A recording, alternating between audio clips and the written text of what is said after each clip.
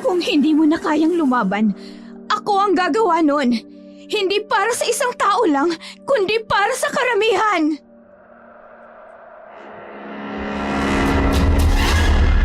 Kung ako ang kikilos, hindi ko nakakailanganin pa ang batas na sinasabi ninyo. Oo, alam kong isa akong kriminal. Ang tanong, alam ba ng mga tao? Ang aswang ay mananatiling aswang. Kumakain ng tao, walang konsensya at walang pakialam.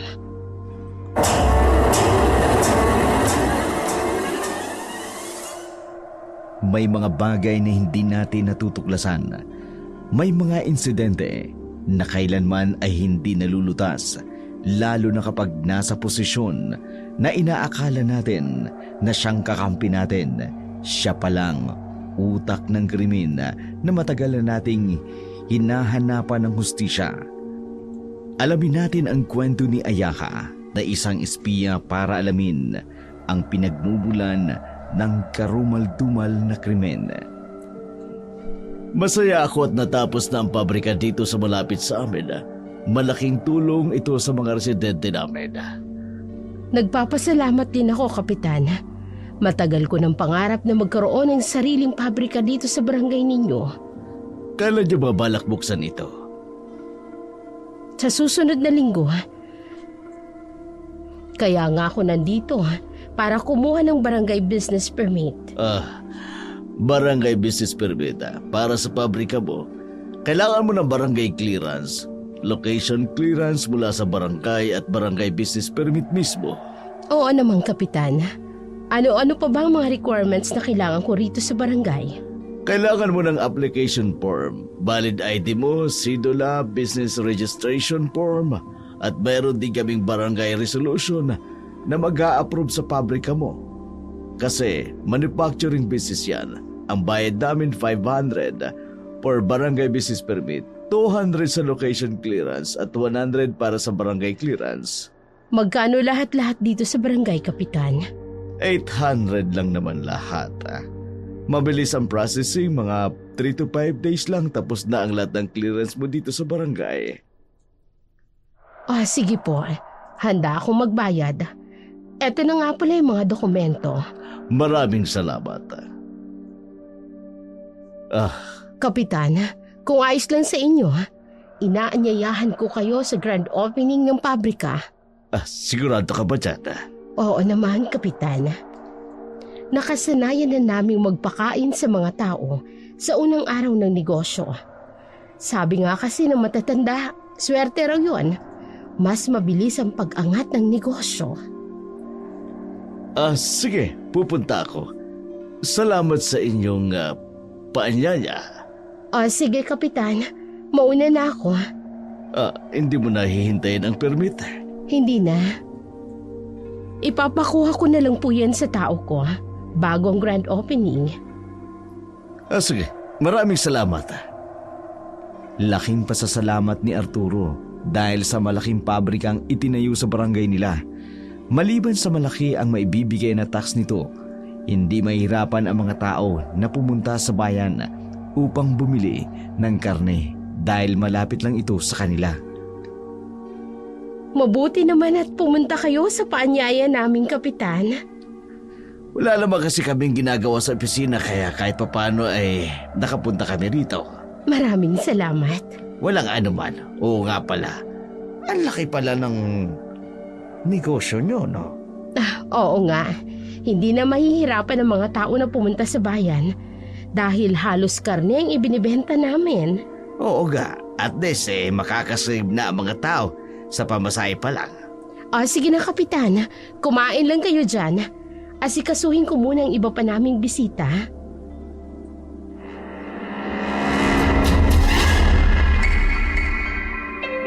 Kapital! Uy, Hepe, nandito ka rin pala. Ngayon lang kita nakita. May ginagawa lang kasi ako, Kapitan, kaya kararating ko lang. Ganon ba? Sige, hindi na kita maihintay. May gagawin pa ako sa opisina eh. Pakisabi na lang kay Magda na mauna na ako. Hindi ko na din kasi siya mahagilap. Sige, makararating. Successful ang pagbubukas ng pabrika ni Magda. Madami ang nagpasalamat dito dahil sa paanyaya at pagpapakain sa mga malalapit na lugar. Halos mapuno ng mga tao ang pabrika. Isang umaga, habang si Kapitan ay nasa pamamahay niya, nagpaalam ang kanyang anak na pupunta sa pabrika upang bumili ng mga karne dahil nais nito magluto para sa mga kaibigan niya. Sigurado ka ba na tama yung perang dala mo, anak? Naman, Dad. Saka magkano lang naman ang kilo ng karne kina Aling Magda? Nagtataka nga ako kung bakit ang mahal sa palengke ng mga karne. Maintindihan mo din yan, anak, kapag nagnegosyo ka na. Halos lahat ng seller, makikilala mo na mas makakamura ka kaya hindi mo na kailangan pang taasan ng presyo ng bilihin. Ganun ho ba? O siya, muna na kami ha, nang makapagluto agad kami. Ayaw mo bang samahan ka ng mga gwardya natin? Hindi na kailangan. Besides, kasama ko naman ang mga kaibigan ko. Sige, basta mag-iingat kayo. Bye, Dad! Matapos mag-usap ang mag-ama, nagpahinga na si Kapitan dahil kailangan niya magkaroon ng lakas para maglingkod sa barangay. Lumipas pa ang gabi, nagtaka siya nang hindi pa umuwi ang kanyang anak, kaya naman pinasundo niya ito sa kanyang mga gwardya. Ilang oras pa ang dumaan nang pag-aalala ni Kapitan sa anak ay dumating na ang mga tauhan niya. Kapitan, hindi po namin mahanap si Nerissa. Ano ibig niyo sabihin? Hinanap na po namin siya sa bayan pero hindi namin siya makita. Kahit po ang telepono niya, nakapatay din. Napaka-imposible naman na hindi niyo makita ang anak ko. Hanapin niyo! Kapitan, pati po mga kaibigan niya pinagtanungan na namin. Ibig mong sabihin, yung mga kaibigan niya nakita niyo pero ang anak ko hindi. Opo, Kapitan. Ayon po sa mga kaibigan niya, bigla na lamang daw nawala si Nerissa habang namimili sila sa pabrika. Kaya ang akala nila, umuwi na ito. Kung ganon, nasaan ang anak ko? Hindi po namin alam, Kapitan. Kung hindi niyo makita, hanapin niyo. Huwag kayo babalik dito hanggat hindi niyo kasama ang anak ko. Opo, Kapitan. Galit si Arturo dahil sa pagkawala ng kanyang anak.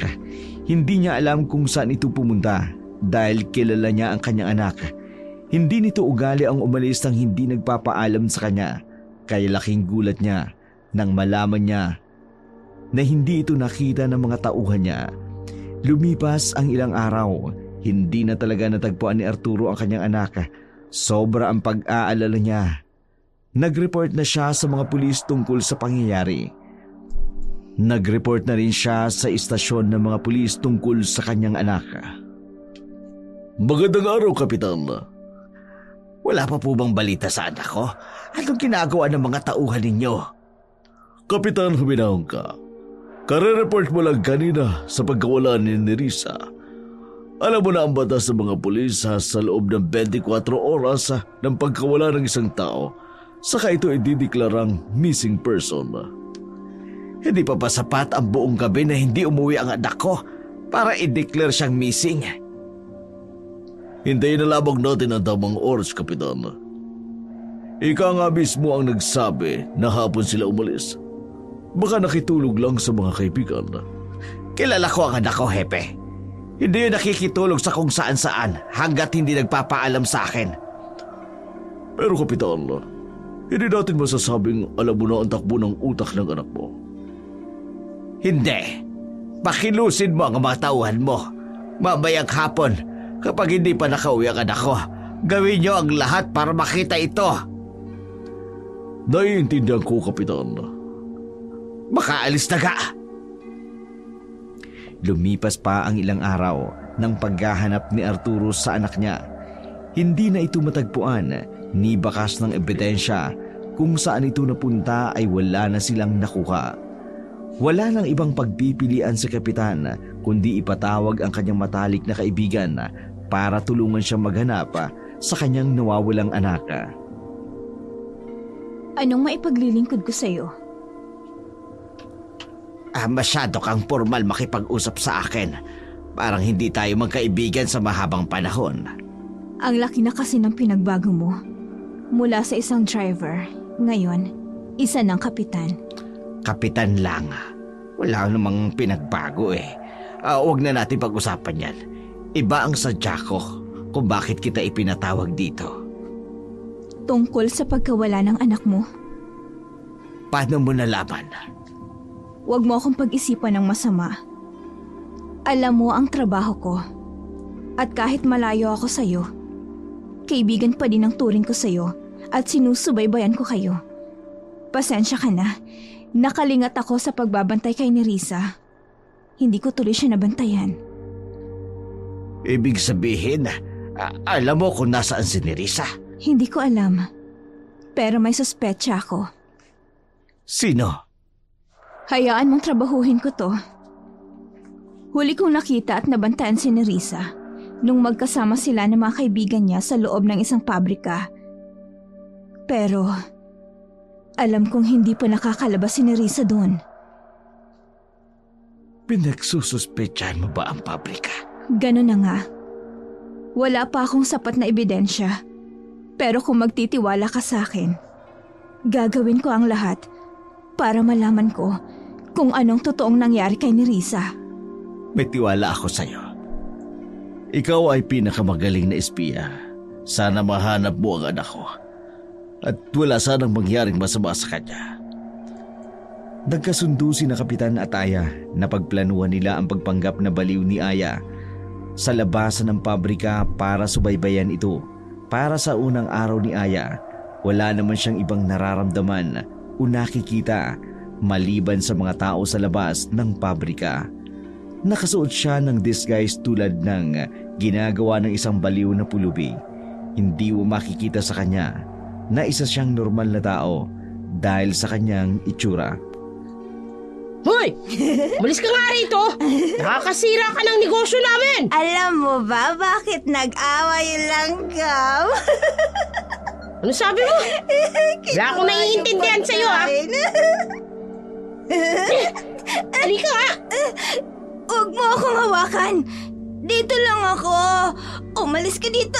Ay! Unang iya kang baliw ka! Bakit mo ako kinagat, ha? Ha? Bad ka! Bad ka! Bad ka! Bad ka! Ako? Masama? Ha? Alis! Baho-baho mo eh! Alis sabi! Ano? Alis! Galit siya. Anong kaguluhan dito? Ma'am, yung pulubing yan, kanina pa yung umaga rito. Ayaw umalis. Nakakasira yan ng negosyo. Bakit hindi Huwag kang magpakita ng kabastusan sa maraming tao. natutulog?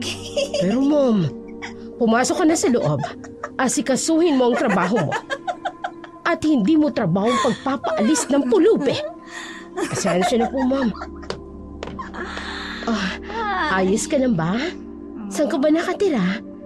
Bakit hinahayaan ka ng pamilya mo magpalaboy-laboy? Ha? Ano? Never mind. Pero sana huwag ka na dito tumambay, ha? Delikado dito, lalo pat ganyan ang sitwasyon mo. Yung tomboy? Masama po eh. Away po ako. Ikaw, bait ka po. Pangalan po? Ako si Magda. Ako ang may-ari ng pabrika na yan. Talaga? Ibig sabihin, mayaman kayo? Hindi naman. May negosyo lang ako. Ganun po ba? Baong ko ito, pero ibibigay ko na lang sa'yo para may makain ka. Nako, salamat po. Maraming salamat.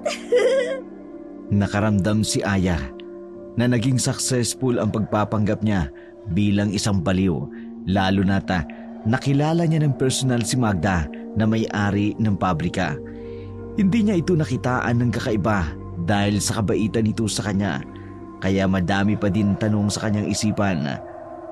kung paanong biglang nawala si Nerissa matapos pumasok sa loob ng pabrika. Natapos ang buong maghapon nang nakasubaybay si Aya. Lumabas ang 2 tauhan at narinig niya ito na may kakaiba siyang naramdaman. Kailangan i-deliver ang mga karne na ito lalo sa madaling panahon at makahanap ng sariwang babae. Yung order ng mga kliyente sa atin. Teka nga muna, diyan ka lang muna. Sige, balik ka lang agad na. Saan ka papunta? Hoy! Di ba sinabihan na kitang umalis ka rito? Ha? Bad ka! Bad ka! Bad ka! Wala akong panahon sa'yo at wala akong pakialam kahit umiyak ka. Di kita kilala. Bait ka. Hindi ka bait. Hindi ka bait. Kung nakalusot ko kay madam, sa akin hindi. Umalis ka rito Umalis ka rito. Umalis ka na sa akin. Umalis ka na. Aray, nasasaktan naman ako. Bitawan mo ako. Talaga masasaktan ka. Kapag hindi ka pa umalis dito. Gusto mo bang patayin kita Tapos ibenta ko yung lamang loob mo. Gusto mo? Bitawan mo ako! Bitawan mo ako! Sa susunod na makita kita uli dito, hindi lang yan naaabutin mo. Bad! Sa susunod, huling araw mo na. Bad ka! Alis! Bad Tek ka! na balong na to. Bad ka! Nye. Nakaramdam ng takot si Aya sa pagbabanta ng tomboy na tauhan, kaya minabuti niyang umalis habang nagpapanggap din na isang baliw. Ramdam niya ang lahat ng sinasabi ng lalaki na may kaugnayan sa pagkawala ni Nerissa. Malakas ang kutob niya, lalo pa sa mga binitiwang salita ng mga ito.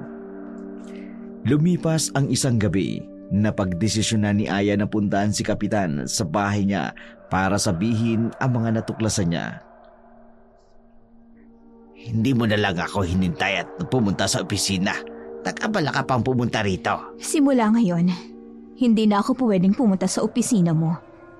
Kapag may ibibigay akong impormasyon, mas maiging dumiretso ako dito sa bahay mo. Bakit naman? Nararamdaman kong kakaiba ang mga tao sa loob ng pabrika. Hindi kita maintindihan. Narinig ko silang nag-uusap tungkol sa mga bangkay. Anong bangkay? Hindi ko alam kung paano ko sasabihin. Basta, tungkol sa mga patay.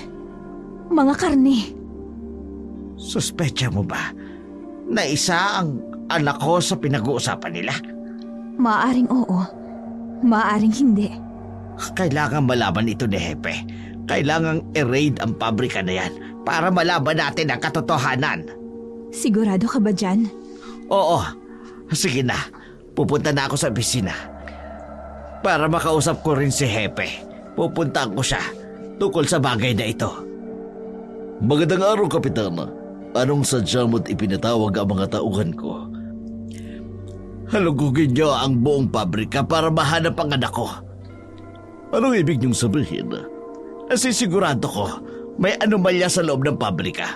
May ginagawa silang hindi ginagawa ng pangkaraniwang tao. May ebidensya ba kayo, Kapitan? Kailangan pa ba ng ebidensya? Hindi ba sapat ang nawala ang anak ko sa loob mismo ng pabrika? Hindi nila ito na ilalabas pa.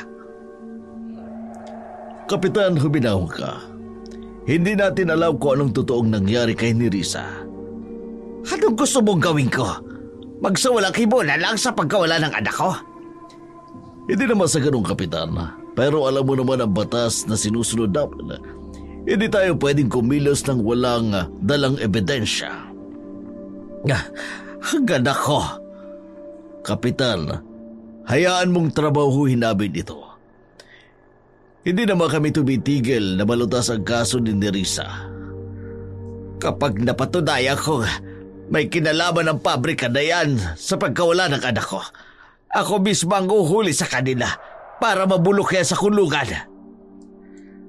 Galit na tinalikuran ni Kapitan si Hepe kahit alam niya sa sarili niyang tama si Hepe. Hindi maaaring kumilos ng walang sapat na ebidensya dahil yun ay nakasaad sa batas. Samantala, patuloy sa pagpanggap si Aya bilang isang baliw. Hindi na siya masyadong lumalapit sa pabrika para mapagdiskatahan ng tomboy na palagi siyang ipinagtatabuyan. Iha, palagi kitang nakikita dito. Taga saan ka pa? Ako po? Diyan lang po sa tabi. Nako, delikado sa'yo ang mag-isa lang dito. Ho? Bakit po? Ano hong problema? Madami na kasing nawawalang babae dito. Po? Babae po? Oo, simula nang mawala ang anak ni Kapitan, sunod-sunod na din ang pagkawala ng iba pang mga babae dito. Dito mismo, kaya nga nagtataka ang iba. Dahil dito lang huling nakikita ang mga babaeng yon. Hala, saan po ba sila nagpupunta? Yan ang hindi ko alam. Kaya ikaw, mag-iingat ka dito. Lalo na't may diferensya ka pa man din. Baka pagdiskitahan ka ng mga nangunguha ng babae. Hoy siya, magliligpit na ako at malapit ng dumilim. Umuwi ka na rin. Ha? Mas lalong lumalakas ang pakiramdam ko. Diyan mismo sa tinayong pabrika na yan. Merong hindi magandang nangyayari. Malalaman ko din yun. At sisiguraduhin kong mananagot ang may sala. Habang tinitingnan ni Aya ang kabuuan ng pabrika, iba ang nararamdaman niya. Tila gusto niyang pasukin ito para malaman ang nangyayari sa loob. Samantala, sa kabilang dako naman, habang abala si Kapitan sa pagpipirma ng mga papeles, biglang tumating si Hepe kasama ang iba pang mga pulis. Sinalubong niya ito saka nakipagkamayan. Magandang araw, Hepe. Napasugod ka yata. Magandang araw din, Kapitan. Tungkol ito sa anak mo. Halika kayo dito sa opisina ko. Tuloy kayo, tuloy. Anong balita? Huwag kang magugulat, Kapitan. Natagpuan ang anak mo. Nasaan? Kumusta na siya? Natagpuan siya sa may bakanting lote. Duguan at wala ng buhay. Ano? Hindi totoo yan. Alam ko buhay pa ang anak ko. Sabihin mo nagsisinungaling ka, Hepe. Kapitan, trabaho namin ito at kilala namin ang anak mo. Sinong hayop ang gumawa sa kanya? Nasaan ang anak ko? Sumama kayo sa amin. Andun din ang bangkay ni Nerissa. Inaantay namin ang soko bago galawin ang bangkay.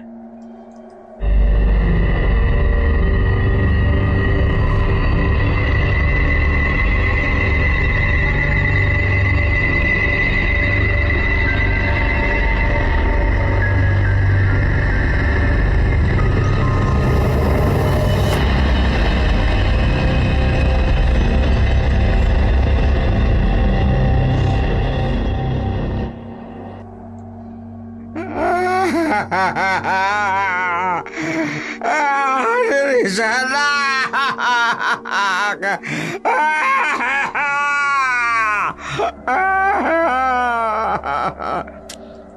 Kapitan, hindi ka pwedeng lumapit. Anak ko yan. Karapatan ko makita ang anak ko. Kapitan, respetuhin mo ang proseso. Anak ko. Sino kumuha nito sa'yo? Uminaw ka lang, Kapitan. Hindi kami titigil sa pag-iimbestiga sa pangyayaring ito.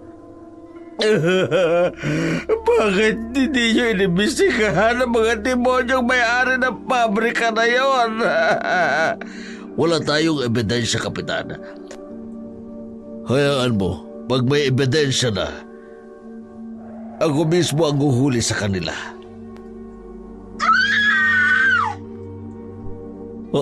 Ano yun? Bakit? Anong nangyari sa'yo? May mga patay pa dito. 2 babae. Ano? Mabuti pa, Kapitan. Umalis lang kayo rito. Babalitaan ko na lamang kayo kapag natapos ng kunin ang mga patay. Hindi biro ang pangyayaring ito. Gusto ko makita ka na ko, ha, Hepe. Gusto ko makita ka na ko. Hindi makatutulong kapag ganyan ka, Kapitan.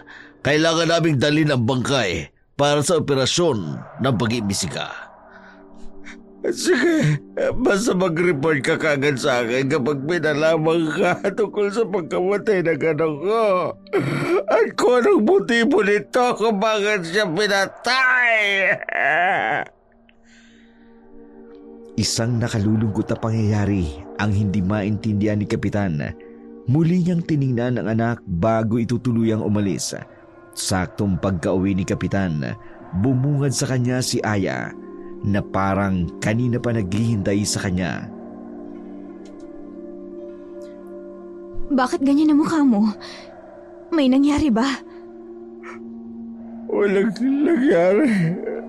Pero may natuklasan. Ano yun? Ganun ko natagpuan na. Buti naman kung ganun. Bakit parang hindi ka masaya? Anak ko. Wala na si Nerissa. Wala na siya. Ano? Wala na si Aya. Patay na ka na ko. Diyos ko, nasan siya? Natagpuan siya sa may makating lote at duguan. Hindi lang siya nag-iisa doon. Anong ibig mo sabihin? 3 silang babaeng pinatay. Hindi ko alam kung sino ang 2 babae. Sandali. Ibig mong sabihin, sa parehong lugar na tagpuan ng mga babae? Oo. May alam ka ba? Hindi ako sigurado. Pero baka yun ang tinutukoy ng babaeng nakausap ko kahapon. Na meron daw nangunguha ng mga babae at pinapatay. Saan mo nakausap? Baka may alam siya kung sino pumatay sa mga kababaihan dito. Sa tingin ko wala siyang alam. Isa lang siyang tendera sa labas ng pabrika. Wala ka pa bang nasagap na impormasyon? Marami. Pero malabo pa. Sa ngayon, hindi ko pa alam kung saan ako magsisimula. Kailangan mong malaman kung sino pumatay sa anak ko sa lalong madaling panahon. Makakaasa ka. Konti na lang. Malalaman ko na ang utak sa mga manugong pangyayaring ito.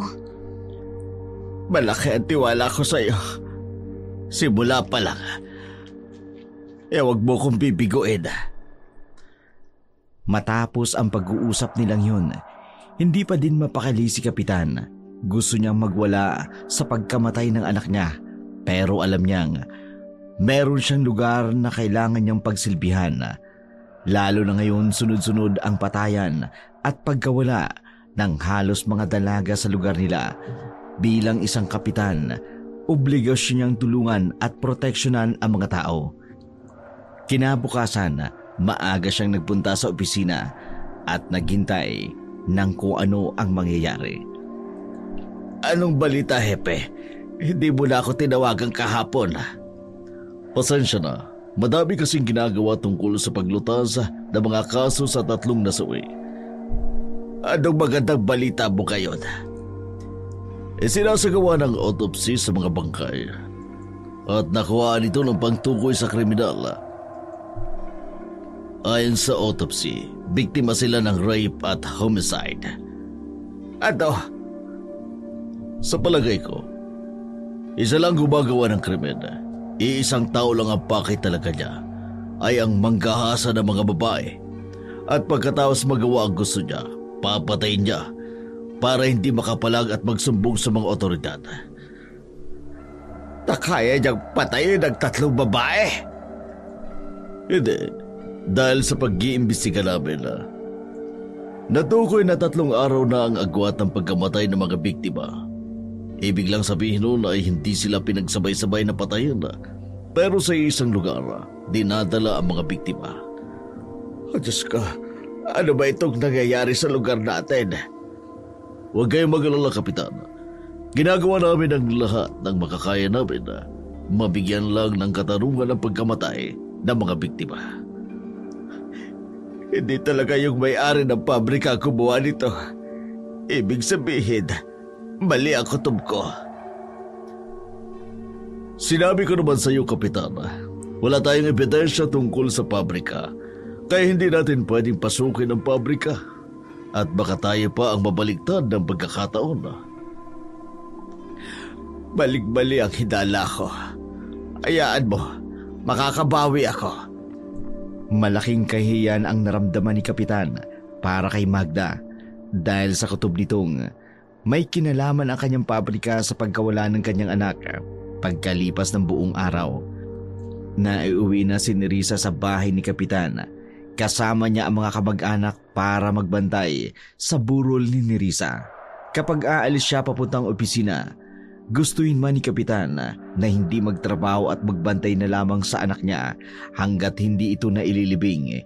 Hindi niya pwedeng talikuran ang kanyang nasasakupan, lalo pa sa panahon na yun na kailangan siya ng mga tao. Nakikiramay kami, Kapitan. Maraming salamat.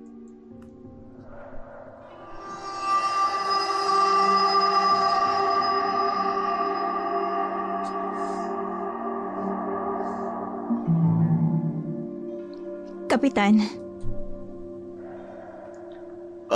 Aya, mabutit dumating ka. nakikiramay ako kay Nerissa. Salamat, Aya. Hindi ko alam kung ano gagawin ko ngayon. Wala na ang anak ko. Aya, may hiligin sana ako sa'yo. Ano yun? Itigil mo na ang pag-espiya sa pabrika. Ha? Bakit? Wala silang kinalaman sa pagkamatay ni Nerissa. Paano mo nasabi yun? Hindi pa ba sapat ang mga narinig ko? Ang mga nakita ko? Aya, ginahas ang anak ko. Pinatay at hindi kayang gawin ni Magda ang ganon. Ginahasa? Oo, Aya. Hindi lang anak ko ang naging biktima. Pati na rin ang 2 babaeng bangkay na natagpuan. Kinahasa din sila ng iisang tao lang ang kumuha ng kahayupan na yon. Pero Kapitan, Pakinggan mo na lamang ako, Aya. Magiging komplikado lang ang lahat kapag pinakailaman pa natin ang pabrika dahil lamang sa haka-haka at kutob. Kapitan, kailanman ay hindi nagkakamali ang kutob ko. Aya, igalang na lang natin ang desisyon ko. Hindi maintindihan ni Aya ang pakiramdam niya dahil hindi siya kumbinsido na walang kinalaman ang pabrika sa sunod-sunod na patayan ng mga babaeng natatagpuan. Kaya't halos araw-araw, hindi pa rin siya tumitigil sa pagpanggap bilang isang baliw para malaman ang buong katotohanan. Hindi niya na ipinaalam kay Kapitan na tumuloy pa rin ito sa pag-iimbestiga. Alam niya kasing hindi ito magugustuhan ni Kapitan kung susuwayin ang utos nito. Teka, parang si Hepe yun ah.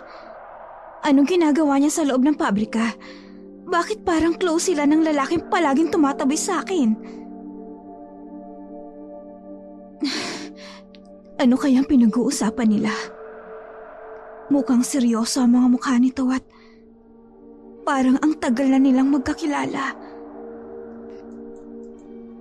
Ayos ka lang ba, Iha? Okay po ako. Ngayon lang kita nakita dito. Taga saan ka? Ako ho? Diyan lang po sa tabi. Ilang taon ka na at bakit ganyan ka magsalita? Baliw ka ba? Hindi ako baliw po. Hindi po. Gusto mo bang sumama sa akin? Saan punta po? Nakikita mo ba ang pabrika na yan? Maraming mga laruan dyan. Gusto mo bang pumasok? Laruan po? Hala, gusto ko laruan po. Laruan. Sige. Hintayin mo lamang ako rito at papasok tayo sa loob. Ops, maging good girl ka lang. Pag nasa loob tayo, Promise. Opo, antay ako dito. Di ako alis dito. Gusto ko laruan. Sige. Laruan. Aalis muna si kuya, ha? Babalikan sige. kita. At papaliguan, ha? Sige. Ito na yung pagkakataon ko na makapasok sa loob ng pabrika. Pero, bakit kinakabahan ako ng ganito? Hindi. Kailangan kong gawin to. Para sa ikatatahimik ng lahat. Pero, may kinalaman ba si Hepe sa patayan? Isa nga ba siya sa may alam nito? Kung sakaling tama ang kutob ko. Nalilito na ako. Iha! Laruan? Halika. Ay, laruan. Ay, san tayo po? Di ba nangako ako sa'yo na bibilang kita ng mga laruan Oo. sa loob ng pabrika? Sige. Opo. Kaya tara na, para makapamili ka ng mga gusto mo. Sige, sama.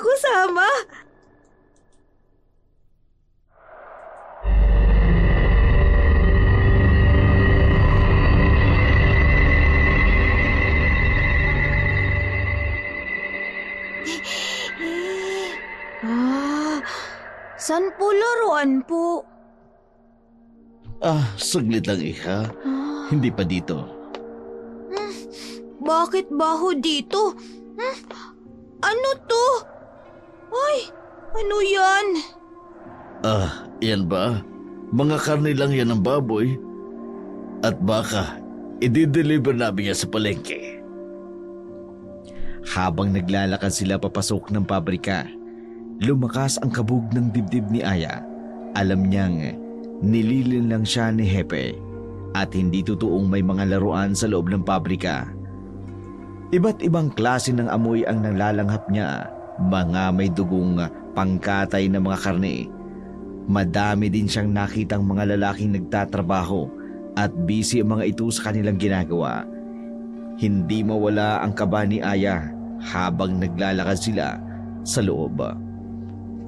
Anong ginagawa ng baliw na yan dito? Ano ka ba? Tumahimik ka nga. Malilintikan tayo kay Ma'am Magda sa ginagawa mo. Baliw ka ba? Bakit magagalit si Magda? Hindi mo ba nakita? Wala ang pamilya ng dalagitang ito. May diferensya sa utak. Ano naman ngayon? Kung siya ang katayin natin, walang maghahanap ng mga magulang. Kasi nga, wala namang pamilya ito. Pabor sa atin to, di ba? Yan, kakatayin natin. Hepe, pinapaalala ko lang sa'yo. Sariwa ang hinahanap ni Magda, hindi baliw. Pwede ba? Huwag mo kong pakikialaman. Tauhag ka lamang dito. Bahala ka nga. Kapag yan hindi mo tinapos at makatakas pa yan, mananagot ka talaga. Mas lalong kinabahan si Aya sa mga narinig, lalo pa nang malaman niya na isa si Hepe sa mga dumukot sa mga babaeng para katayin sa loob ng pabrika.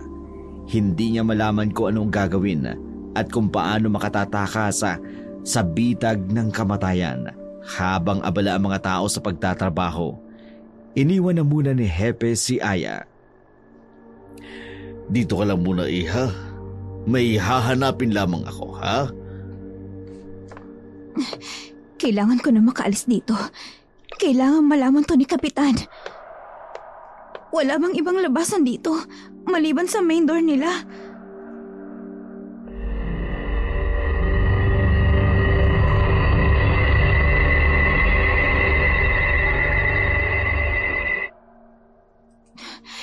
Wala pa si Hepe.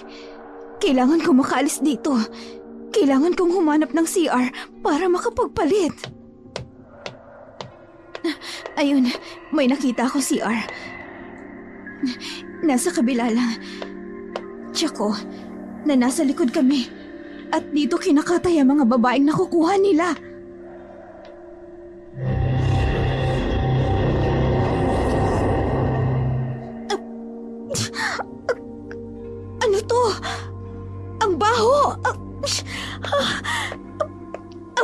babaeng pinapatay nila, kinakatay at binibenta sa palengke.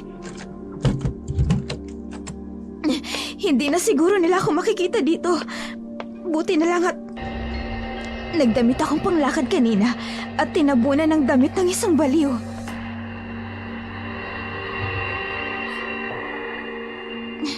Ayan. Salamat at napunta ako agad sa grocery nila. Sasabay ako sa mga lumalabas, sa mga taong namimili. Dahil sa sobrang laki ng pabrika, nahati ito sa dalawa. Sa kabilang banda ay mga katayan ng mga tao at sa kabila naman isang grocery kung saan namimili ang mga tao ng mga karne. Dahil nagpalit ng suot si Aya, ibang-iba na sa itsura niya noong nagpapanggap siyang isang baliw. Normal lamang siyang namimili ng mga karne, nagbayad, saka siya lumabas ng pabrika. Halo-halo ang nararamdaman ni Aya sa mga natuklasan. Hanapin ninyo! Hindi pa nakalalayo yun. Libutin niyo ang buong lugar! Miss, may nakita ka bang pulubi rito? Wala ho. Sige, salamat. Buti na lang hindi ako nakilala. Kailangan ko na makaalis dito para hindi ako paghinalaan. Nakakuha na din ako ng mga litrato kanina sa loob. Sapat na tong ebidensya para mapasok ng mga pulis ang pabrika. Dali-daling nilisan ni Aya ang pabrika. Sa ganoong paraan, hindi na siya matutuntun ng mga lalaking humahabol sa kanya. Nasagot na rin ang mga katanungang matagal niya nang hinahanapan ng kasagutan, lalo na nang malaman ang totoong pagkatao ni Hepe at relasyon nito sa pabrika. Lumipas ang ilang araw, hindi na muna nagpanggap si Aya bilang isang baliw dahil baka balikan siya ni na Hepe at ng mga lalaki ng pabrika. Sa kabilang dako naman, patuloy ang investigasyon para sa hustisya kay Nerissa. Ilang araw nang nailibig ang anak ko. Hanggang ngayon wala pa din kayong lead sa kaso. Nagtatrabaho ba talaga kayo ng maayos, Hepe? Ginagawa namin ang lahat na makakaya namin pero hindi namin matukoy ang mga sospek. Kung nagtatrabaho kayo, dapat nahuli nyo na ang kriminal. Bakit wala pa rin na magandang balita? Nasisiguro kung alam na ng kriminal na tinutugis siya ngayon kaya tahimik muna ito. Sige, ginagawa din namin ang aming magagawa sa aming barangay. Inutusan ko na mga tanod ko na magpain at halugugin ang buong barangay para imbestigahan ninyo. Pero Kap, kailangan nating sundin ang proseso ng batas. Batas? Yung batas para sa mga biktima, nasaan na? Naiintindihan ko ang punto mo, Kapitana. Hindi naman namin sinasadya o isinasara ang kaso para sa mga biktima. Sana bago inilibing ang anak ko, nagkaroon malang sana ng hustisya ang pagkamatay niya. Hayaan mo, Kapitana. May linda kami. Babalitaan kita kaagad. Kapag ako ang kumilosepe, hindi ko kikilalanin ang batas na sinasabi ninyo. Isa lang ang masasabi ko, Kapitana. Huwag na huwag mong ilalagay sa kamay mo ang batas. Baka hindi mo na makuha ang hustisya ng pagkamatay ng anak mo. Biglang nagsing sa utak ni Kapitan ang sinabi ni Hepe bago ito tuluyang umalis. Tama ito dahil makukulong siya kapag pinilit niyang harapin at ilagay sa kamay ang batas para sa hustisya sa pagkamatay ng kanyang anak. Ipinasa Diyos na lamang niya na magkaroon ng katarungan sa pagkawala ni Nerissa. Nasa kalagitnaan na ng gabi, nang mag-isa na lamang naglalakad si Kapitan pauwi ng bahay nila. Hindi naman gaano kalayo ang barangay nila sa kanyang bahay. Mas pabor sa kanya ang maglakad nang may maramdaman siyang may sumusunod sa kanya. Ano yun?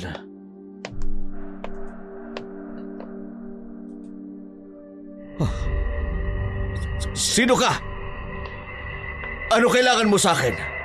Asan ang baril ko? Lintik. Nakalimutan ko pa talaga sa opisina. Bakit hindi siya nagsasalita? Alam ko nakatingin siya sa akin. Kailangan kong makalayo.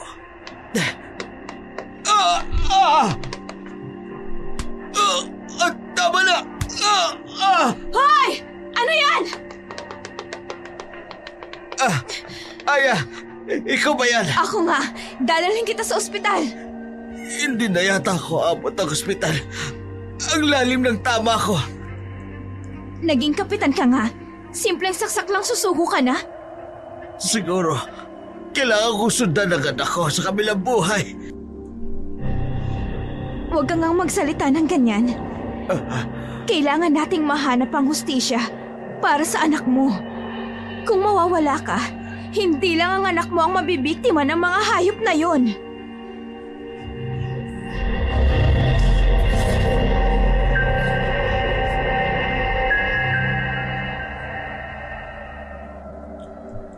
Pumayag na lamang si Kapitan na dalhin siya ni Aya sa hospital.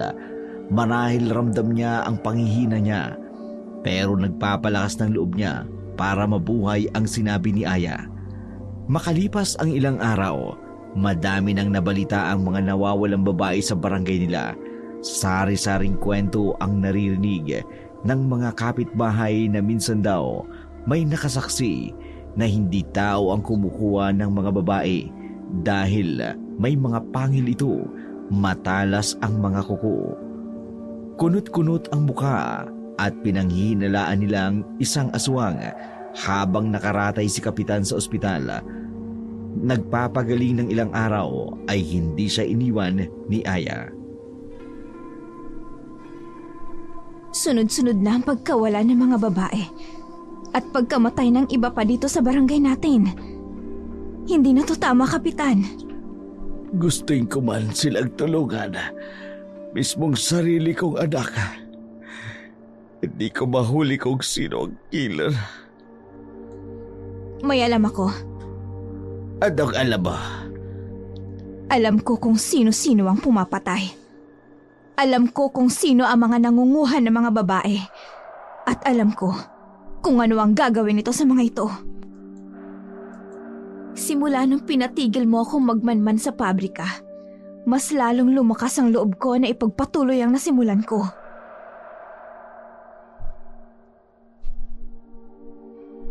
Ibig mong sabihin, hindi ka tumigil sa pag-espiya sa kanila. Aya, malinaw na wala silang alam sa nangyari. At malinaw na rapist ang kriminal. Oo, nung una yan din ang akala ko. Pero nang matuklasan ko ang lahat ng katotohanan, kitang-kita ng mga mata ko dahil muntik na din ako mabiktima. Ano? Plano talaga nilang kumuha ng mga babae para pagtakpan ang ginagawa nilang kahayupan sa loob ng pabrika para isipin ng mga tao na isang rapist ang salarin. Pero ang totoo,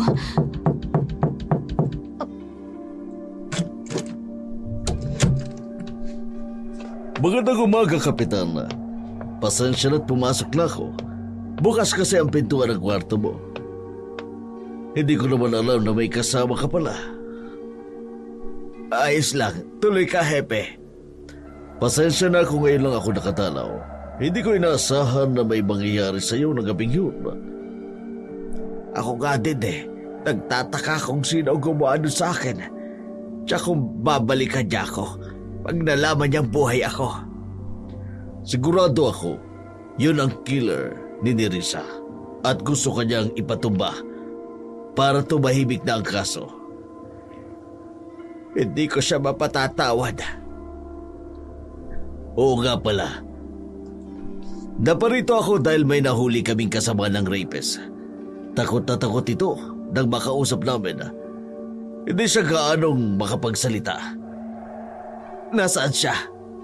Nasa headquarters at pinapaimbisigan na namin.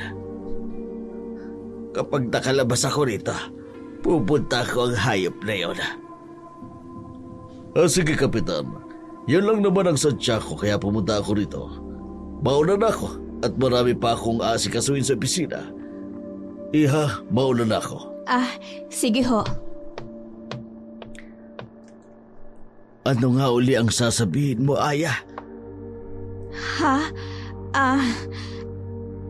Mas mainam na wag ko munang ipaalam kay Kapitan para hindi siya malito.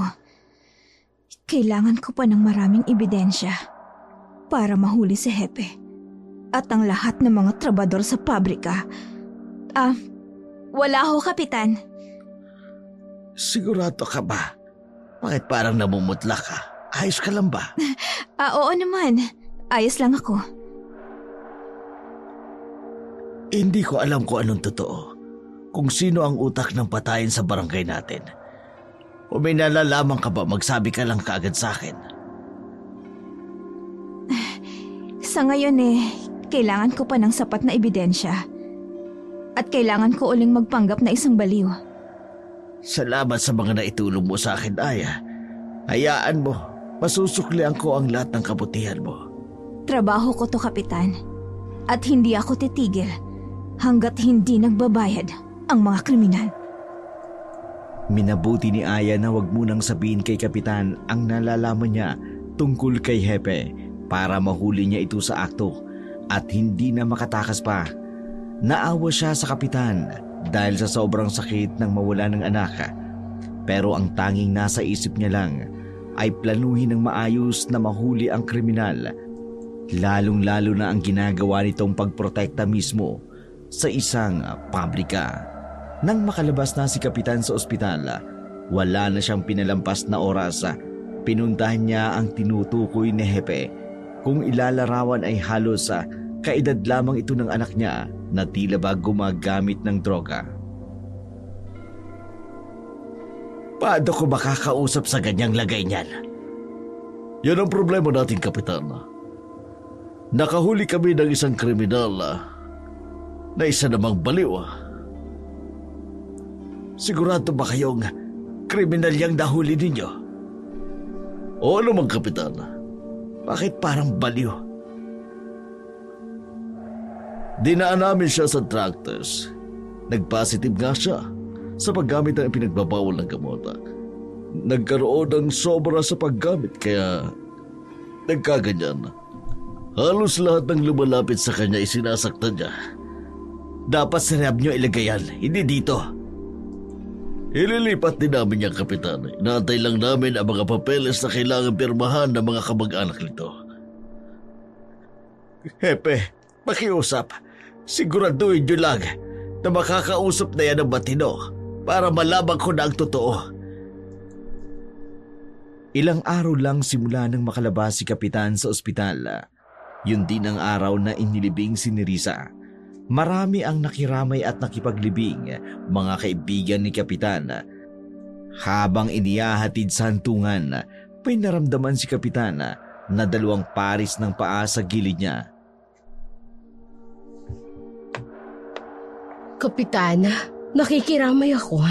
Ikaw pala, Magda. Matagal din tayong hindi nagkita. Madami kasing mga business na kailangan kong asikasuhin sa ibang lugar. Kaya minsan lang ako napaparito. Nabalitaan ko ang nangyari sa anak mo. Masakit nga pero kailangan ko na lang tanggapin na wala ng anak ko. May lead na ba sa kaso? Wala pa 2 linggo na din ang lumilipas. Wala pa rin usad ang kaso ng anak ko. Pati ang iba pang mga naging biktima. Nawawala na ako ng pag-asa. May hangganan din ang lahat, Kapitan. Malay mo isang araw, mabubulok na lang sa kulungan ng pumatay sa anak mo. Sata ka! Oo nga pala, kunin mo na itong konting pera. Konting tulong ko na rin ito. Naku, wag na. Nag-abala ka pa. Nakakahiya. Huwag ka nang mahiya, Kapitan. Ako nga ang dapat na magpasalamat. Dahil binabaan mo ang basic community tax na babayaran namin sa susunod na taon. Ayos lang yun. Wala naman akong hinihinging kapalit. Nako, Kapitan. Tanggapin mo na. Magtatampo talaga ako kapag hindi mo tinanggap ang alok ko. Mapilit ka talaga. Ay sige, tatanggapin ko yan pero Ito lang una at huling pagbibigay mo sa akin ng pera. Oo naman. Para yan sa pagkamatay ng anak mo, ha? Unless ikaw nang susunod na mamamatay. Ano? Ang ibig kong sabihin, mag-iingat ka. Nabalitaan ko ang nangyari sa'yo noong nakaraang araw. Paano mo nalaman? Nako, Kapitana. Sa tono ng pananalita mo, para bang may ibig kang sabihin. Hindi naman sa ganun. Pasensya na. Ayos Nagtataka lang. Ayos lang yun. Pero kapitan ka ng barangay. Kaya halos buong barangay alam ang nangyari sa'yo. Kahit sa kanto nag-uusap, ikaw ang topic. Ganun ba? Marami talagang marites dito sa barangay ko. Nawala ang pangamba ni Kapitan dahil sa sinabi ni Magda. Samantala, hindi nakaligtas sa paningin ni Aya si Magda. Batid niyang iba talaga ang ibig sabihin nito sa mga sinabi kanina. Habang nagpapaalam ang ibang taong kakilala ni Kapitan, nagpaalam na rin si Magda. Maging kay Aya. Hindi magawang kausapin ni Aya si Magda, kaya isang tango lang ang iginawad niya at tuluyan na itong umalis. Bakit ganun na lang kung tingnan mo si Magda kanina? Ha? Wala. Nagagandahan ka ba sa kanya? May tinatago ka ba sa akin, Aya? Tungkol pa din ba ito sa pagdududa mo sa kanya? Hindi naman sa ganun. Mukhang mabait naman si Magda. Hindi niya kayang pumatay at mangidap ng mga babae. Huwag kang masyadong magtiwala, Kapitan. Hindi lahat ng nakikita mo ay totoo. Ang iba ay nagpapanggap lang. Hindi ko maintindihan ang nais mong iparating, Aya. Pero tama si Hepe. Hindi natin pwedeng husgahan ng isang tao base lang sa pagdududa natin. Ibig mong sabihin, ipapawalang bahala mo na lang ang nangyari kay Nerissa. Kung yon ang makabubuti ay oo. Sa nangyari sa akin nung gabing yun. Natitiyak kong dahil yun sa hindi ko pagsuko, naharapin ang pumatay sa anak ko. Kapitan, nahihibang na ba kayo? Kung hindi ka lalaban, paano mo mabibigyan ng hustisya ang pagkamatay ng anak mo? Kung lalaban ako paano? Paano, Aya? Ni anino na kalaban hindi ko kilala. Yan lang ba ang dahilan mo? Tapos susuko ka na? Kapitan, paano ang pamilya ng mga taong pinatay? Mga taong biktima? Mga taong hihingi ng tulong sa'yo sa susunod? Ano pang silbi ng tulong ko? Kung sarili kong anak hindi ko naproteksyonan. Pakiramdam ko, ako na ang pinakawalang kwentang kapitan at ama. Kung hindi mo na kayang lumaban, ako na ho ang gagawa nun. Ano bang sinasabi mo? Hayaan mong tapusin ko ang kasamaan. Ano ka? Bida-bida? At anong gagawin mo? Kapitan, mas mainam ho na ako na lang ang gagawa nito. Ipagpapatuloy ko pa din ang pag-iispiya sa pabrika. Sa ayaw ho at sa gusto nyo. Huwag mo kong susuwayin. Kailangan ko tong gawin, Kapitan. Hindi para sa isang tao lang, kundi para sa karamihan. Bakit sino ka ba? Binayaran lamang kita para mag-espiya. Doon. Dahil nakumbinsi mo ko na pagdudahan ang may-ari ng pabrika at ang mga taong nagtatrabaho sa pabrika. Pero ngayon, wala eh. Wala tayong ebidensya kaya itigil mo na ito. Sinubukang pigilan ni Kapitan si Aya, ngunit mahina pa siya para hulihin ito. Ang totoo niyan, natatakot siya na kung ano ang mangyari sa kanya kapag hindi niya tinigilan ang paghahunting sa kriminal na pumatay sa kanyang anak. Nasisiguro niyang babalikan at babalikan siya ng mga tao kapag nalaman na pinahanap din siya nito sa mga pulis. Kapag nawala siya, mas lalong wala na siyang pagkakataong makuha ang hustisya para sa anak. Kinabukasan, maaga siyang pumunta sa opisina. Pinatawag din niya si Hepe para sa mabigat niyang desisyon. Pasensya na't natagalan ako, Kapitan. Ano pa lang sadya mo't bakit mo ko pinatawag? Gusto kong itigil niyo na ang pag-iimbisika para sa anak ko. Ano ka mo? Gusto ko nang kalibutan ang lahat. Magsimulang muli. Bakit mo naman naisip yan? Naisip ko lang, hanggat hindi ko tinitigilan ang paghahanting sa kriminal na yon, mas lalong magiging delikado ang buhay ko. Sigurado ka ba dyan, Kapitan? Ginagawa naman namin ang lahat ng makakaya namin para malutas ang kaso. Pero hanggang ngayon, wala pa ring lidhepe. Nailibig na ang anak ko. Kailangan pa namin ipagpatuloy ang pag-iimbestiga para sa mga taong namatay at sa anak mo doon. Kung ganon, di na ako makikialam sa kaso. Kung mahuli man ang kriminal, mas mabuti. Kung hindi naman, kailangan ko na lang talagang tanggapin. Pasensya na, Kapitan. Hindi ko rin ginusto ang nangyari sa'yo. Hindi ka man lang namin mabigyan ng proteksyon. Naiintindihan ko, Hepe. Hindi naman sa lahat ng pagkakataon ay mapoproteksyonan niyo ang buong bayan. Sinsero ang pakikipag-usap ni Kapitan kay Hepe. Nang makaalis na ito, napabuntong hininga siya habang hawak-hawak nito ang litrato ni Nerissa. Samantalang si Aya naman, nakabuo na ng desisyon na kailangan niyang mahuli ang mga kriminal. Alam niyang kapag nagpanggap uli siyang baliw, makahalata na siya ng mga tauhan ni Magda at buo na ang desisyon niya. Hoy! Di ba ikaw yung gusgusing baliw na tinakasan kami nung nakaraan?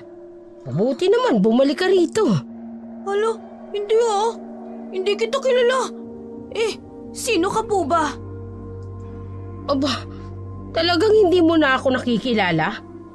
Sumama ka sa akin! Halika! Teka! Bitiwan mo ako! Hindi kita kilala!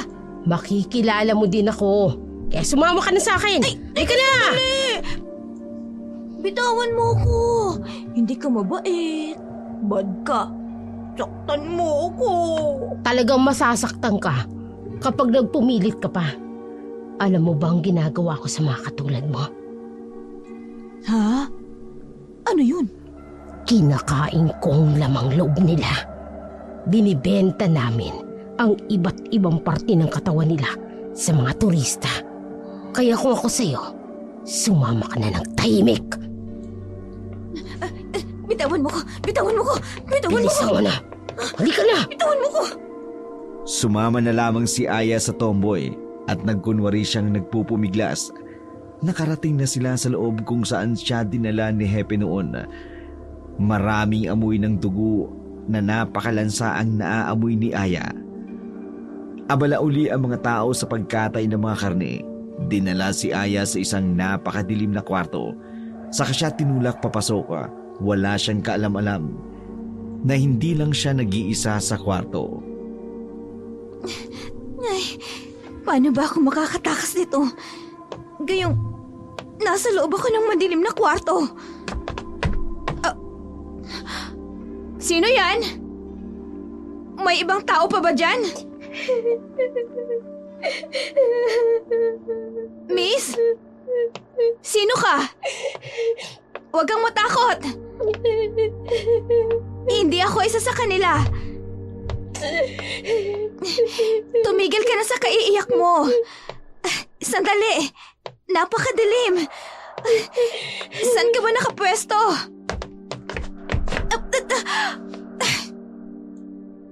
Nakakainis ah. Bakit kasi napakadilim dito? Miss? Miss, hindi makakatulong ang pag-iyak mo para makalabas tayo dito. Kaya please, tumigil ka na. Nerissa? Nerissa, ikaw nga. Buhay ka, Nerissa? Sino ka? Si Aya to, ang kababata ng tatay mo. Tita! Aya, anong ginawa nila sa'yo? Tita, napakalungkot ng pangyayari. Ayoko nang balikan, tita. Paulit-ulit nila akong binababoy. Napakahayop nila. Ano? Hindi sila mga tao, tita. Kitang-kita ko kung paano nila kinakata yung mga babaeng dinadala dito.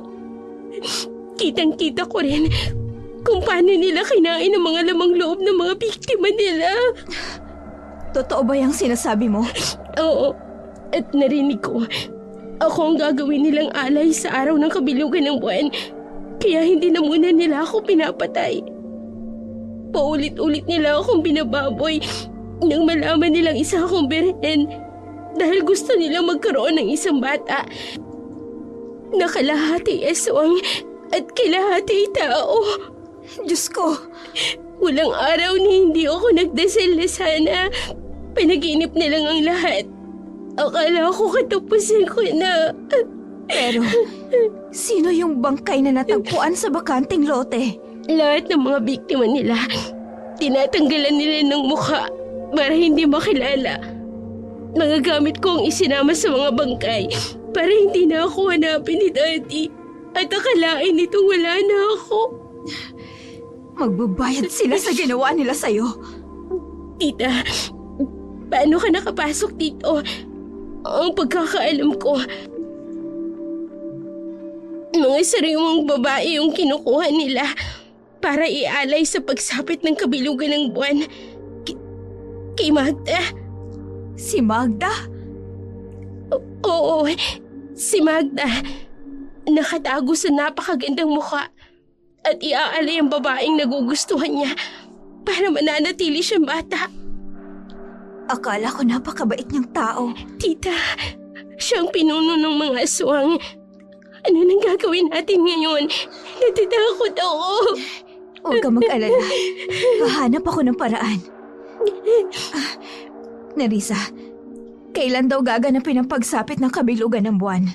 Ang pagkakaalam ko, sa susunod na linggo. Tamang-tama. Hahayaan ko muna sila kung ano ang gagawin nila sa akin. Nang sa ganun, mapag-aralan ko ang mga kilos nila. Tita, masyadong delikado ang gagawin mo. Baka kung mapahama ka. Pag hindi ako kikilos, pareho tayong mamamatay. Pinalakas ni Aya ang loob ni Nerissa. Kahit ito nagulat nang makitang buhay pa si Nerissa. Pero nakalulungkot ang pangyayaring pinagsasawaan ito ng mga aswang. Sa isip ni Aya, mas okay nun kesa tuluyan siya nitong kinatay at pinatay. Lumipas ang ilang araw. Isang liwanag ang bumungad kay Aya. Alam niyang binuksan na ang pinto ng dalawang lalaki na humawak sa kanyang braso. Sinubukan niyang magpumiglas para magising si Nerissa, pero tinakpan ng isang lalaki ang bibig niya. Sa isang kwarto, doon siya dinala at nakita niya si Magda na nakaupo na tila ba siya na lang ang hinihintay. Kumusta ang unang araw mo dito, Iha? Hindi ka man lang ba magpapasalamat sa masarap na tulog? Alam ko na kung sino ka. Akala mo ba hindi ko malalaman na isa kang espiya? Na hindi ka totoong baliw?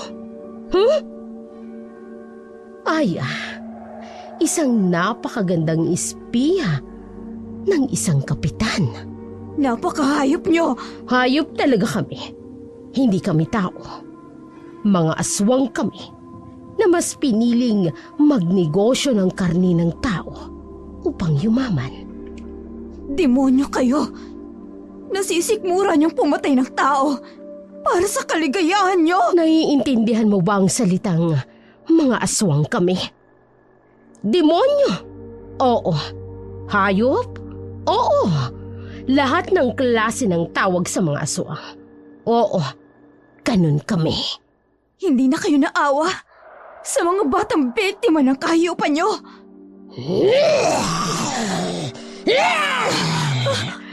Ang aswang ay mananatiling aswang. Kumakain ng tao kumakain ng hayop. Wala kaming konsensya kung yan ang tinutukoy mo. May paraan pa para magbago. May mga aswang na hindi katulad yung demonyo. May mga aswang na gustong mabuhay ng normal na tao. Kaya kahit anong sabihin mo, kayo ang nagdesisyon na maging masama. Anong alam mo sa pagiging aswang? At ganyan ang sinasabi mo sa akin ngayon. Wala kang alam. Dahil halos lahat ng mga tao ay kriminal. Masasama. Gusto nilang ubusin lahat ng lahi ng aswang. Ngayon mo sabihin na kailangan naming irespeto kayong mga tao. Isa lang kayong pagkain. Katulad mo. Pagkain ka lang! Inaakala nyo na masasakop nyo ang mundo sa pamamagitan ng pagtukot nyo sa mga babae at pagbenta ng mga organs nila. Nagkakamali ka. Hindi mananaig ang kasamaan laban sa kabutihan. Hindi ka ba talaga natatakot sa akin? Kahit nagpalit na ako ng anyo. Kahit ipinakita ko na sa'yo lahat ng ginagawa namin sa mga babae. Matapang ka pa rin. Yan ang gusto ko. Matapang. Pero wala kang ibubuka. Ilabas na yan bago ko pa tuluyang mapatay ang babae yan! Bitawan niyo ako! Liko rito! Liko! Bitawan niyo ako! Ano ba? Ibinalik ng mga tauhan ni Magda si Aya sa kwarto kung saan nakakulong din si Nerissa. Kung wala lang bantay kanina ay muntik niya ng labanan si Magda, pero alam niya, hindi sa ganung paraan dahil sa dami ng mga aswang na nakapalibot sa buong pabrika. Hindi niya ito kakayanin. Samantala, sa kabilang dako naman, nag-alala si Kapitan dahil hindi niya makontak si Aya. Sinubukan niya itong tawagan sa telepono, ngunit naka-off ang cellphone nito.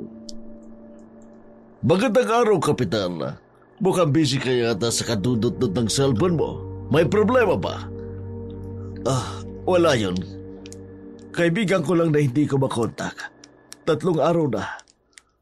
Sigurado ka ba? Oo, natatakot ako na baka may masamang mangyari sa kanya. Baka mabiktima siya ng rapist. Kailangan ko siyang hanapin. Teka lang, Kapitan. Baka kung mapano ka kapag ikaw maghanap. Hayaan mo na kaming maghanap sa kaibigan mo. Hindi ako mapakali, Hepe. Minsan na akong nawalan ng anak. Ayokong pati kaibigan ko mawala. Pero delikado para sa'yo. Lalo na't hindi pa natin nahuhuli ang kriminal.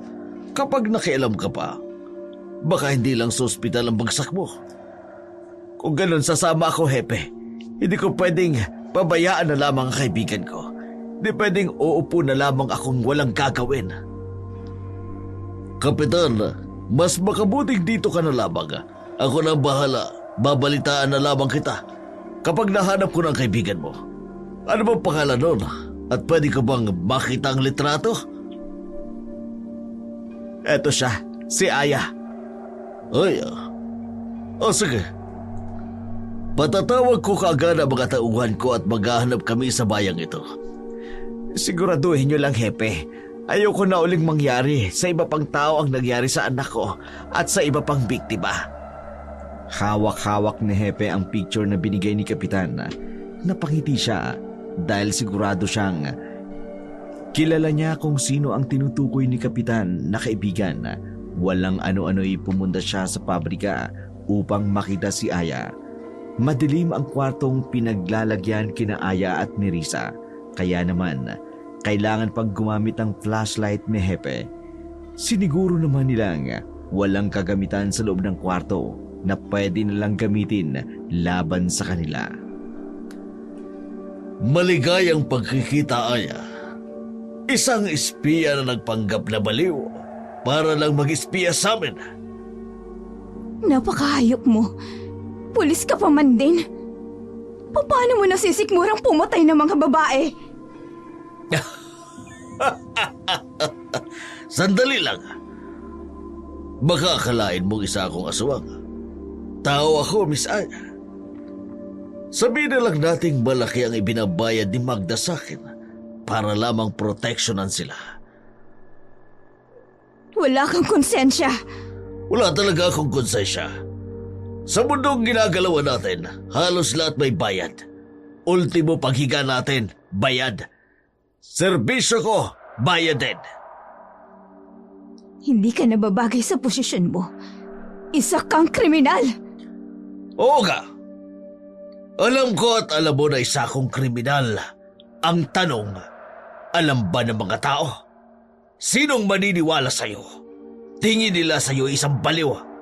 Ako nakaupo sa posisyon bilang hepe. Tingin mo ba paniniwala ang kanila? Ha? Oo nga pala. Hindi ka rin namin nahayaang makatakas. Ang dami mo nang alam tungkol sa ginagawa namin. Kapag nakatakas ako dito, sisiguraduhin kong mabobulo kayo sa kulungan.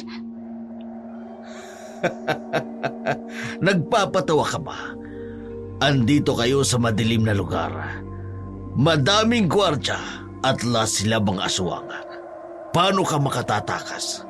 Kaya kung ako sa'yo, tanggapin mo na lang na hanggang dito na lang ang kapalaran mo. Hayop ka! Anong klaseng hayop ang tingin mo sa akin? Ha? Tigre? Unggoy? Anong hayop, ha? Sige, isarado ang pinto! Pagbabayaran mo to, Hepe! Isinusumpa ko! Wala akong utang na dapat pagbayaran!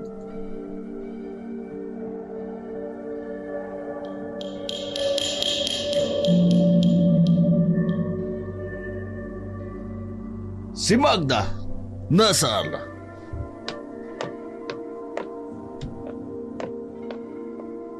Magda! Magda! Oh, ikaw pala, Hepe. Kumusta ang mga trabaho mo? Kailan mo ba balak dispatchay ng mga yan? Teka lang, bakit parang mainit ang ulo mo? Hindi mo kilala ang babaeng yun. Sino? Si Aya. Isa siyang espiya. Magaling sa bakbakan. Kapag hinayaan nating makatakas yun, mauubos tayo. Minsan niya na kaming nilinlang, natakasan. Sa tingin mo ba, makakatakas pa siya rito? Mga aswang kami, Hepe. Hindi kami tao.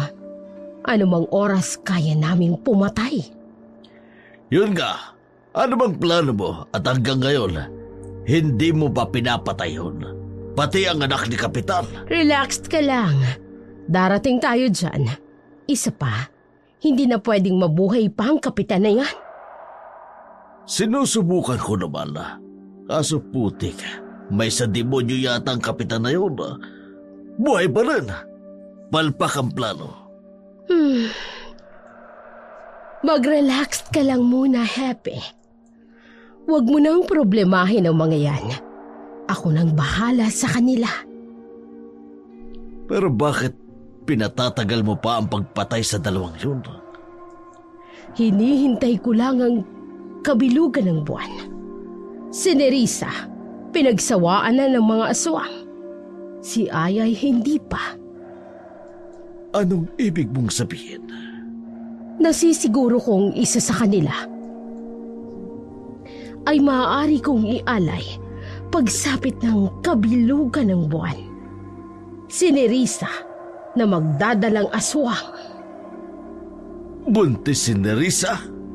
Kahit hindi ko pa pinatitignan, alam kong mabubuntis yun. Malakas ang dugo ng mga aswang. Kahit isang beses lang itong sipingan, yan pa kayang pinagsawaan siya? Paano si Aya? Si Aya ang gagawin kong alay para manatiling aking pagkadalaga. Pagsapit ng kabilugan ng buwan at ang pagtawag ko sa itim na kapangyarihan ng mga aswang, babalik ang anyo ko at kailangan ko ng isang babaeng makukuha lahat ng dugo para manatili akong bata. At yun ay si Aya. Alalahanin mo, 40 na yan. Gusto mo bang malahian ang dugo ng isang hindi naman masyadong kabataan? Pero yung share ko baka nakakalimutan mo. Binuwis ko ang buhay ko, pati ang trabaho ko para proteksyonan ka. Heto, paunang bayad. At hindi lang yan ang maaari nating paghatian kapag lumago pa ang negosyo ko. Yan ang gusto ko sa'yo. Basta't ituloy mo lang ang pakikipagkaibigan kay Kapitan. Kung maaaring patayin mo, gawin mo. Wala akong pakialam. Lahat ng sagabal sa plano ko sa pagsakop sa mundo, kailangang mawala. Huwag kang mag-alala, Magda. Ang sa akin lang, di ba kayo ang aswang? Bakit hindi na lang kayo ang pumatay para save pa ako? Baka naman pwede. Basta kaya ko kayong proteksyonan. Malakas na tawang pinakawalan ni Magda para sa kanya. Nagtagumpay na siya na maging reyna ng buong mundo. Naramdaman niya ang paglubog ng mga tao. Walang ibang maghahari sa tao, kundi ang mga aswang. Ilang araw pa ang dumaan na natiling walang alam si Kapitan sa mga nangyayari. Hindi niya malaman kung nasaan si Aya at wala siyang balita patungkol rito. Nag-focus na lamang si Kapitan sa mga tao dahil alam niyang marami pa ang nangangailangan sa kanya. Walang kamalay-malay si Kapitan sa panganib na maaaring dumating sa kanya. Magandang gabi. Epe, kabinat na patalo ka rito. Gusto ko lang ipalam sa'yo na sinusundo ka ni kamatayan. Anong sinabi mo? Ito ang gusto ko sabihin sa'yo. Teka, Hepe. Anong ibig sabihin nito? Ibaba mo ang baril mo. Hindi ba kita biro yan? Sino may sabi sa'yong nagbibiro ako, Kapitan? Mas lalong hindi rin ako nagbibiro! Uli nyo! Tonta! Tatanga-taga!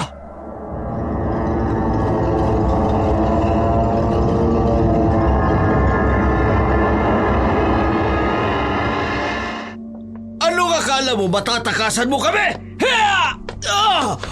Anong ginawa mo, Hepe? Anong kasalanan ko sa'yo? Masyado ka ng badaldal. Hindi bagay sa'yo ang magmakaawa, Kapitan. Pasok! Anong gagawin natin dito? Bakit nandito tayo sa pabrika? Oops, wala ka pang alam. Hindi pa ba sinabi sa'yo ng espiya mo? Paano mo nalaman? Hayop ka. Anong ginawa mo kay Aya? Teka, sandali lang. Wala pa akong ginagawa, Kapitan. Buhay pa naman si Aya. At pati na rin ang pinakamamahal mong anak. Ano? Oo, Kapitan. Buhay pa ang anak mong si Nerissa. At ngayong gabing ito, gusto kong makita mo kung paano mamatay si Nerissa at si Aya sa harapan mo. Napakademonyo mo. Wala akong ginawa sa'yo. Naging mabuti ako sa'yo. Pero hindi sapat yun. Hindi ako masaya. Kakarampot ang kinikita ng pulis. Hindi magkakasya sa akin yun. Ako na lang patayin mo. Huwag lang ang anak ko. Huwag lang si Aya. Oh, nakakatats naman. Ilabas yun ang dalawa! Bibigyan namin kayo ng pagkakataon na magpaalam sa isa't isa. Dad! Nerissa, anak. Sinaktan ka ba nila? Anak ko.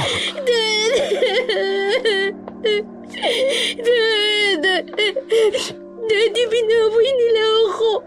Pinagpasapasahan nila ako. Sinasaktan at pinubugbog. Mga hayop sila. Wala silang kaluluwa. Umalis ka na rito. Hindi mo sila kaya. Hindi sila mga tao, Ted. Mga aswang sila. Sila ang pumapatay ng mga babae. Ibinibenta nila ang mga lamang loob nito pagkatapos katayin.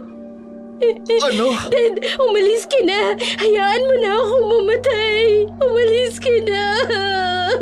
Hindi ako alis dito. Hanggat hindi ko kayo kasama ni Aya. Nasaan ang tita mo? Ngayong gabi ang pag-aalay kay Tita Aya. Ngayon mismo, pagsapit ng kabilugan ng buwan. Hindi. Dad! Bitiwan niyo ang anak ko! Bitiwan niyo ako! Bitiwan niyo ako! Ah! Handa na ang lahat pagsapit ng kabilugan ng buwan. Lahat ng gusto ni Magda ay masusunod. Mula sa malawak na pabrika, nakahiga si Aya upang isagawa ang ritual. Nasa gilid ang iba pang mga aswang na naghihintay sa pagbabago kay Magda. Kapag nasimula na ang ritual, sa kaliwang bahagi ay nandoon si Kapitan, malapit kay Nerissa. Gustong makawala ni Kapitan, ngunit madaming aswang ang nakapalibot sa kanya. Maya-maya pa'y inumpisahan na ni Magda ang ritual. Kung titingnan mo ang itsura nito, bumalik ito sa tunay niyang anyo. Matanda at naaagnas na ang mga balat nito. Bakit wala pa rin pagbabago sa mukha ko? Tama naman lahat ng nabasa ko. Anong mali sa ritual na to? Magda, baka may ibang hindi ka nabasa. Tumahimik ka. Wala kang alam sa ritual. Ang sabi rito, tao at babaeng kailangan kong ialay. Bakit walang nangyayari? Bakit? Hindi pwedeng matapos ang kabilugan ng buwan nang hindi pa rin bumabata ang itsura ko. Kung hindi, mananatili akong matanda hanggang bumalik ulit ang pagsapit ng kabilugan ng buwan. Halika rito! Halika! Ano ba? Nasasaktan ako! Sino ka ba? At bakit hindi ko mahigop ang dugo mo? Tanggapin mo na lang, Magda, na mananatili kang matanda at hindi na kailanman babata. Hanggang ngayon, nagiging matapang ka pa rin sa gitna ng kamatayan mo. Dahil hindi ako natatakot sa'yo. Kung wala ka ng silbi sa'kin, mamamatay ka! Akala ko ba malakas ang pang-amoy nyo? At lalo ka na? Bakit ang paglilin lang ko sa inyo, hindi mo man lang naaamoy? Anong ibig mong sabihin? Oh! Hindi! Isa kang aswang! Tama ka. At pinili kong mamuhay ng normal na tao at talikuran ng pagiging aswang. Kaya siguro hindi mo ako basta-basta naaamoy. Dahil lahat ng ritual ng pagiging tao ay ginawa ko na. Hayop! Kaya pala hindi epektibo ang ritual na ginagawa ko. Dahil puro ng dugong aswang. Walang bahid ng dugo ng tao. Ako ang tatapos ng sinimulan mo, Magda! Yun ay kung kaya mo akong labanan. Kasama ang mga alagad ko. Sugurin siya! Huwag hahayaang makatakas!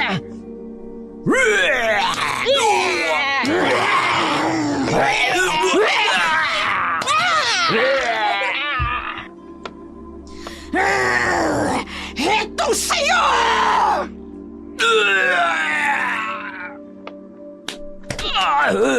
Napakahusay mo, aswang. Hindi ko akalain na kaya mong ubusin ang mga tauhan ko sa kamay mo. Pero hindi pa natatapos dito. Hepe! Magda! Huwag mong sabihin natatakot ka sa kanya. Tapusin mo na ang babaeng yan. Kung hindi, ako ang tatapos sa'yo. Huh! Huh! Yeah! Ang kamay ko! Wag!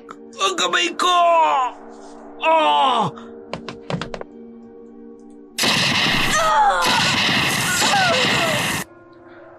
Baril lang naman palang katapat mo.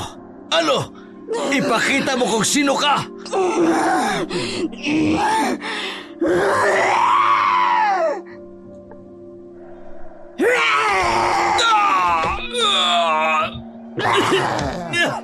Magda!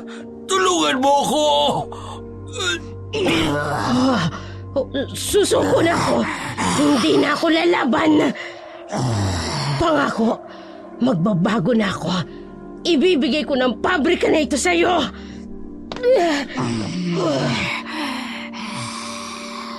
Ututo!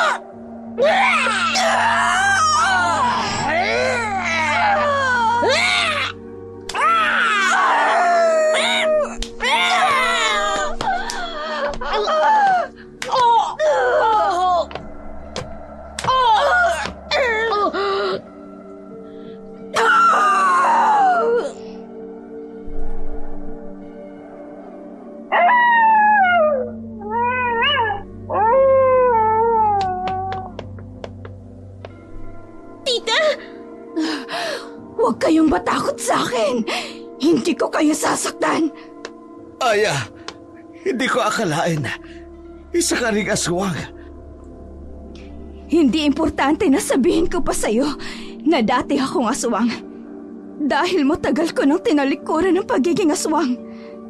Bumabalik lang ito sa tuwing sumasapit ang kabilugan ng buwan. May tama ka. Dadali ka namin sa ospital. Hindi ko na yata kayang umabot pa sa ospital. Niligtas mo ako noon, Aya. Sabi mo sa akin, mabubuhay ako para makamit ko ang hustisya para kay Nerissa. Sa ngayon, lakasan mo ang loob mo. Tutulungan kita para tuluyan ka na maging tao. Salamat, Kapitan. Salamat, kaibigan. Matapos ang madugong engkwentro sa pagitan ni Aya at ng mga nilalang ng dilim, unti-unting bumalik ang katahimikan sa barangay na pinamumunuan ni Kapitan, ang pabrika na noon ay nagbistulang pugad ng kasamaan ni raid ng mga alagad ng batas. Tumambad sa kanila ang nakagigimbal na eksena. Sandamakmak na bangkay ng babae ang nagkalat sa lamesa. Bawat isa'y hiwa-hiwalay ang bahagi ng katawan. Mistulang, walang awang pinagpira-piraso. Agad itong nilinis ng mga otoridad at ang mga labi ng biktima ay binigyan ng marangal na libing. Isang munting hustisya para sa kanilang walang saysay na pagpanaw. Dahil sa bigat ng insidente, tuluyan ang ipinasara ang pabrika. Isinara ang pintuang minsang naging saksi ng karumal-dumal na krimen. Samantala, hindi iniwanan ni Kapitan si Aya sa laban nitong personal, ang paghahanap ng lunas sa pagkaaswang na kanyang pinapasan. Palagi niya itong sinasamahan sa kahit sino mang pwedeng manggamot sa kanyang kaibigan. Umaasang matutuldukan ang sumpa, subalit hindi naging madali ang proseso sapagkat simulat sa pool mula sa kanyang pagsilang sa mundong ibabaw, aswang na ang dumadaloy sa kanyang dugo at ito ang likas sa pagkatao, hindi basta mapapawi ng dasal at ritual. Subalit sa kabila ng lahat, hindi natinag si Kapitan na natili siyang nasa tabi ni Aya, tahimik ngunit matatag na sumusuporta. Pinipiling yakapin ang katauhan ng dalaga sa halip na talikuran ito. Dad! Si Nerissa! Anak, anong nangyayari sa'yo? Dad, manganganak na yata ako. Ano? Sandali. Ayan, tumawag ka ng ambulansya, Aya. Tulungan mo ko. Dad, ang sakit ng tiyan ko. Sandali lang, anak. Tumatawag na ang tita mo ng ambulansya. Dahan-dahan lang. Dahan-dahan lang. Mabilis na isinugod si Nerissa sa ospital. Kaba ang nararamdaman ni Kapitan. Naalala niyang ganito rin ang araw noong ipinanganak ng asawa niya si Nerissa. Ngunit ang nakalulungkot, binawian ng buhay ang asawa nito matapos maipanganak si Nerissa. Madaming tao sa ospital, ayaw niyang gamitin ang pagiging kapitan para unahin ang anak niya, kaya nag-antay lamang siya na lapitan siya ng doktor.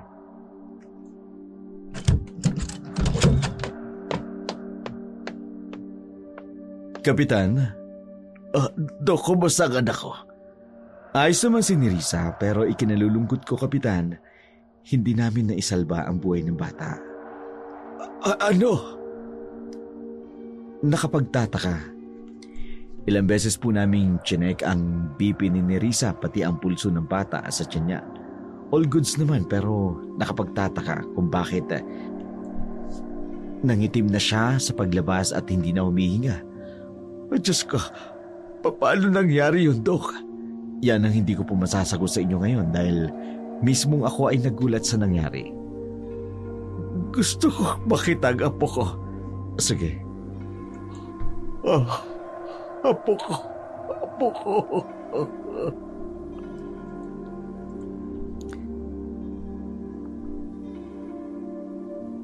Isang pangyayaring hindi makalilimutan ni Kapitan nang gabing yun matapos ang ilang oras sa ospital. Lumabas rin ang sanggol na anak ni Nerissa. Ngunit hindi na ito buhay, patay na ito. Isang bangkay na sanggol na tila may kakaiba. Habang tahimik itong binabalutan ng kumot ang isang nurse, napansin ni Aya ang munting buntot sa likod nito. Isang palatandaan na hindi ito ordinaryong bata. Hindi ito sinabi ni Aya sa iba, lalo na kay Kapitan. Ayaw niyang madagdagan ang sakit ng isang amang nawala ng apo at ng isang inang halos masiraan ng loob. Si Nerissa, bagamat nakaligtas sa kamay ng mga halimaw, tuluyang nasira ang mundo matapos makita ang anak niyang wala ng buhay. Hindi na siya muling bumalik sa paaralan. Hindi na siya umalis ng bahay. Tahimik siyang namuhay sa piling ng kanyang ama. Pilit na tinatanggap ang sakit ng ina na mawala ng anak. Anak na kahit bunga ng pang-aabuso ay minahal niya ng buong buo. Si Kapitan, matapos ang lahat, nagbitiw sa serbisyo. Hindi na siya tumakbo pang muli sa halalan. Pinili niyang ibuhos ang kanyang panahon at lakas para kay Nerissa upang buuhin muli ang mundo ng kanyang anak. Kahit pa siya mismo ay wasak din. Sa tabi niya ay laging nandun si Aya. Matapos ang tagumpay nilang mapalaya si Aya mula sa sumpa ng pagiging aswang, hindi na siya kailanman lumayo. Tinalikuran niya ang kanyang buhay bilang espiya, hindi dahil sa takot kundi dahil sa wakas may tahanan na siyang nais niyang manatili. Sa mga simpleng araw ng paghilom, unti-unting naging malapit ang damdamin ni Aya at Kapitan. Sa pagitan ng pananahimik at pagtanggap sa bawat sakit na magkasama nilang pinasan, nag-ugat ang isang pagmamahalan na hindi nila inaasahan. Pero totoo, matatag at totoo rin ang pinagdaanan. Dito nagtatapos ang kwento ng isang babaeng espiya ng Kapitan na naging sandigan sa gitna ng bangungot. Sa kabila ng kadiliman, may mga taong pipiliing manatili, pipiliing magmahal, pipiliing maging liwanag din sa iba. Hindi lahat ng sugat ay kailangang gumaling upang magmahal muli. Hindi lahat ng pagkawala ay may katapusan. Minsan, ito ang simula ng panibagong buhay. Sa muli, mula po sa bumubuo ng Oragon Creator, mula po sa aming mga scriptwriters, editors, at sa lahat po ng aming mga drama talent, kami po ay buong pusong nagpapasalamat sa inyong pagsama sa amin. Ngayong naabot namin ang 100,000 subscribers. Kami po ay buong pusong nagpapasalamat at lagi pa rin pong nag-aanyaya na kung bago pa lamang po kayo sa aming channel, huwag kaliligtaang mag-like, mag-share at i-click na rin po ang notification bell para updated po kayo sa mga bagong video na aming i-upload. Maraming salamat po sa inyong walang sawang pagsubaybay. Ito po si Dark Shadow, nag-iiwan ng isang katagang. Anumang sama na hasik sa mundo, ipagdurusa rin ng may gawang